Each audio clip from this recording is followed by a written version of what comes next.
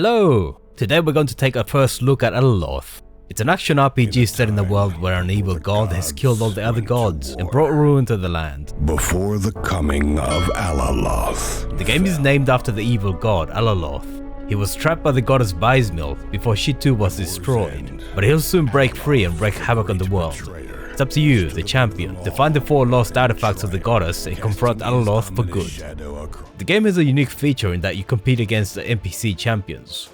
You can play as a solo champion, but if you choose a competitive campaign, the game will spawn 3 other champions from the 3 other races, and they too will look for the artifacts.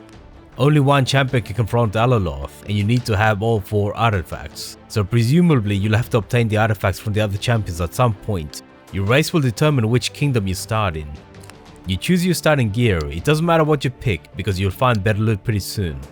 The houses don't seem to give any bonus or penalty, but there is political strife within each kingdom.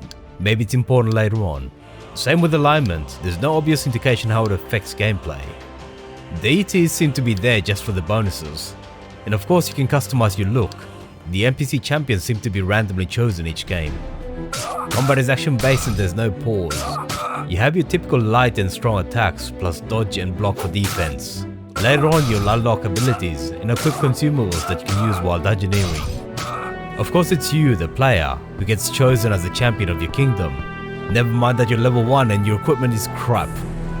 Settlements and other play areas use hand-painted backgrounds like pretty much most isometric party-based RPGs. You'll find quest givers and bounties that give money and items as rewards. Each kingdom has several such large settlements and the king resides in the capital. If you look at the character sheet, you'll see your reputation with the various kingdoms and an overview of your various abilities and traits. As you go up levels, you'll gain points to invest in stats. These give you small bonuses to your base abilities. Each character can also have 4 traits and 4 skills. Traits provide passive bonuses like reduced cooldowns on skills or more gold. Skills are abilities you can activate in combat. You can only pick a total of 4 out of all the ways, not 4 from each way. They allow you to heal and damage enemies. The journal keeps track of your quests, but also tracks the progress of the game. Each kingdom has named dungeons that you can clear and take ownership of. The artifacts you're looking for are found in these areas. There's also an extensive codex with plenty of information that you can read up on once you've unlocked it. Another feature of the game is that settlements are different during the day and the night. Shops close, but other characters, including new quest givers, come out. It's worth checking out each settlement at night too. There's various lawgiver characters you can speak to unlock codex entries, and books are fully readable. You'll also come across various prominent figures from the various houses. They provide some atmospheric dialogue, but so far I haven't seen anything too significant. The world is divided into regions, with Alaloth in the central island. Each region has a distinct environment. For example, human lands are green and fertile, while the dwarven lands are frozen tundras, and orc lands are arid desert. You travel around, and you can see NPCs like enemies also traveling. One thing to note is that the game does not pause while you're in the world map. Time is always passing, though at a slower rate if you're not moving. Personally, I feel the game should pause while you're not moving. And if you want to pass the time, then press something like spacebar. The current setup means that you can't take a look around while you're in the world map. There's various areas of interest around the map. Settlements resemble the city that we just saw, but there's other areas that you may need to travel to as part of quests. The most important are the fighting areas. These are effectively dungeons. One particular feature of this game is that you can't change your gear while in a dungeon or withdraw once you enter. You either complete it or die and respawn at an altar after a few days. As long as you make sure you have healing items or skills available, you'll be fine. Dungeons aren't very big or complex. They're primarily there to serve as combat arenas. Combat is smooth and responsive. Dodging and maneuver are key to avoiding damage, and it's quite satisfying to sidestep enemies and strike them in the back. It's possible to stand toe-to-toe and tank the damage if you have the right skills, but gear is very fragile and it's best to avoid taking damage in the first place.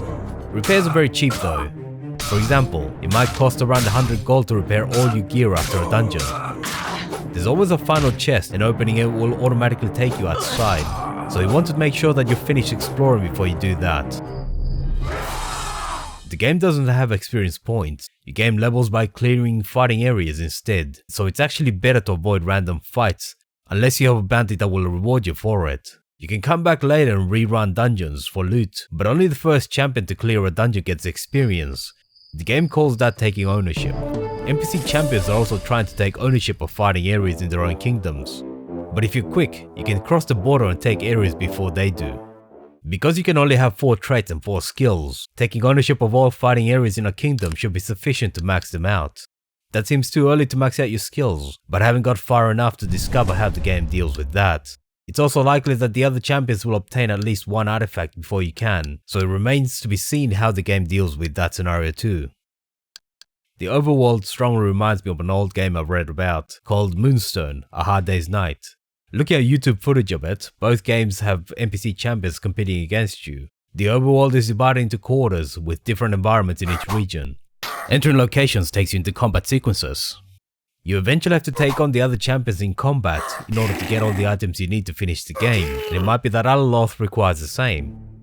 My first impressions are that the developers have put in a lot of work in the game systems. Combat rewards your skill in positioning and movement, and there's plenty of loot to gather by quests or dungeoneering. So far the dungeons seem pretty small, but there's plenty of them, and plenty of random fights to take on if you want. The story looks like it has depth, and the tensions between houses in each kingdom suggest that we'll have quests involving political strife ahead. Thanks for watching all the way to the end. Let me know what you thought about it in the comments. Feel free to leave a like, subscribe and hit the bell button to be notified when new videos come out. See you soon.